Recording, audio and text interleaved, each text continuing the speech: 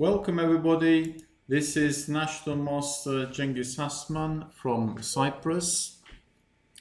Today I would like to look at a game I played against a Grandmaster from India. His rating was 2476 and his name is Anurag Mhamal. This was played in the Portugal Open in February 2018. And even though I lost, I'm actually quite proud of this game because my opponent, after beating me, went on to beat the world number 57 at the time, the famous Badu Jubava. So when I look at this context, I'm very happy with my game. I was even a pawn up at some stage. So yes, let's get on with the game. So I was white, my opponent was black, and I started with my d4, knight f6, and I played bishop f4, the London system. In fact, traditionally, the London system has been played with knight f3 and then bishop f4, but the more modern approach is bishop f4 on the second move, and then knight f3 is played either on the third move or a little bit later. So my opponent went for a King's Indian or Grundfeld setup. It depends on my move. So I played knight c3, and he did not play bishop g7 because this would have allowed me to take the center and get a nice comfortable game with e4 and a potential queenside attack coming up very quickly, and castles long, and a pawn storm on the king side. So he wanted to make things a bit difficult for me, so he played d5. I played e3, he played c6, and as you can see, this bishop becomes a bit stronger than it already was, and I just play h4. And this was part of my pre-game preparation. And there are some variations where you can play h5 and even sacrifice your rook for the knight just to open up the black king, as long as he's castled kingside. So if you check the link, you will see that we were playing on a DGT board, and if you check the link, you will see that my opponent actually thought for about 33 minutes. So I had obviously got him out of his opening preparation and probably even his repertoire. So not a nice move to face, this h4, especially if you're not prepared. So he reacted with bishop g7. I'm just developing my pieces and aiming towards the king side. He played this interesting bishop g4, which I was happy with, f3, and he just retreated it. I'm not really upset about this f3 move. It can be quite useful. It can help play g4 and maybe even e4 if I want to. So I'm very happy with the opening. I'm just developing my knight onto e2. So as you can see, I've got some good piece development ready for a kingside attack. And he does go for this kingside, and he's inviting me into a kingside attack. And I accept the challenge. I could have played this pawn sacrifice of h5, but because my queen is not on d2 and this e pawn is on e3, I thought that I would just play g4, preparing h5, and I believe that my opponent has to be really careful here, because after h5 this h file will either be completely open or semi-open, so he has to react really well. And give my opponent credit, he did react well. I believe he played c5, and this is an important principle in chess. When facing an attack on a wing, counter in the center. So he played a good positional move. So he's offering the c5 pawn, which the computer does think this is the best move. However, I didn't really want to take it, because I would lose control over the e5 square, because after a move like knight d7 or knight c6, he's going to be preparing his e5 move, and I don't really want to be giving the center up. And also he's threatening c4 to win my bishop. So I played a practical move. I played b3, stopping the loss of my bishop. He developed this knight c6, and I should have, to be honest, should have continued with h5, but I decided to try and take this knight, and also it weakens his control of the e5 square, especially if I take this c6 knight. He played queen a5, and I replied with queen d2, and now he played this e5 idea, which I was trying to stop, and I took the pawn. However, checking with the computer does suggest this nice line for me.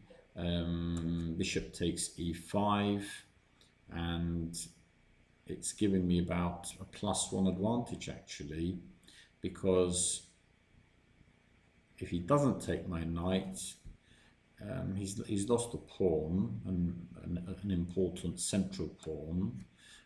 And after he takes, I just take the pawn, and I'm attacking the defender of the d5 pawns, which is the knight. So this looks quite good for me. And if he tries to play something like knight d7, I can just take that knight and then play knight d5, offering an exchange of queens, putting my knight into the nice central square of d5. I've got moves like knight f6, which he will probably have to give his bishop, and after an exchange of queens, I'm still quite happy with this position. It's still showing me a +1 advantage. So, but unfortunately, I didn't play it. I mean, I was starting to get a little bit short of time. I still had a decent amount left, but even though the game was well, it looks quite short, like it's a bit under 30 moves, but in terms of actually energy we spent and time we spent was actually a lot. So the moves were could have been a longer game, but we were both sort of fighting a lot. And this is why I'm happy to present this video despite losing. So I took on this knight as mentioned before, and offering an exchange of queens.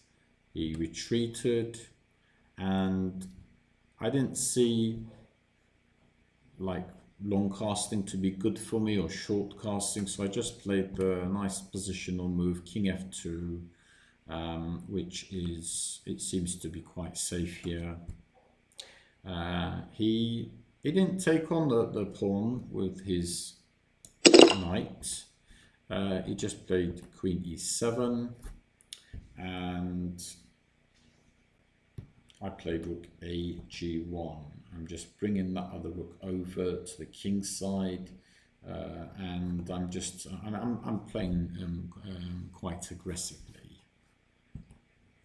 He developed his bishop, and I played my knight to G3. So he has to be careful about these pieces, all on the king side.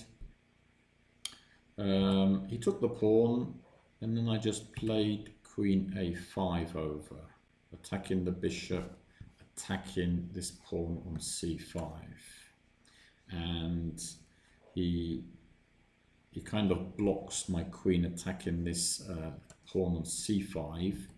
He played B5, Queen bishop B5. So I just retreated my knight and attacked it. And he could have played a better move here, but he played C4, which he had a bit of an advantage, about half a pawn advantage, but then it becomes like equal. So and this is my this is where I win the pawn, and the evaluation currently is equal. Of course, if he doesn't play that well afterwards, that pawn, that extra pawn I have, could be even a deciding pawn. So yeah, especially when I found out my opponent beat Badr Jabava in the next game, and I obtained this position, it does make me happy. So let's see what happened. So he's developing his rooks, and I played B4. I'm trying to keep the position closed because I have to be honest, my king, it's safe, but it's got potential to open up. Like if a file opens up, it could be in trouble. So king safety is something we have to think about throughout the whole of the game, not just the opening or middle game. And then he developed this other rook, and I saw this nice square for my knight, and my knight, I didn't think of using it over here. He sort of had things covered, so I just played it back to E2. I mean, it can go to D4, it can go to C3, and he played A6, offering the A6 pawn in return for piece activity. If I had taken it, the answer would probably have been Rook A8 or even Queen B4.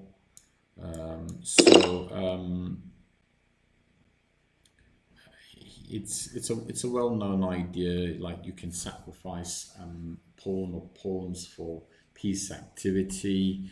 If any of you know the Benko Gambit, it just gives a pawn on the queen side at the beginning. But I didn't do this. I didn't take this. I should have played queen a4, which would have given me close to a +1 advantage. Unfortunately, I played my queen to a5, and we were both getting very short of time. We were down to our last few minutes actually, and this was an inaccuracy on my part. I should have played queen a4. I played queen a5, but I still have chances. And he played the natural knight c6, attacking my queen, attacking this pawn.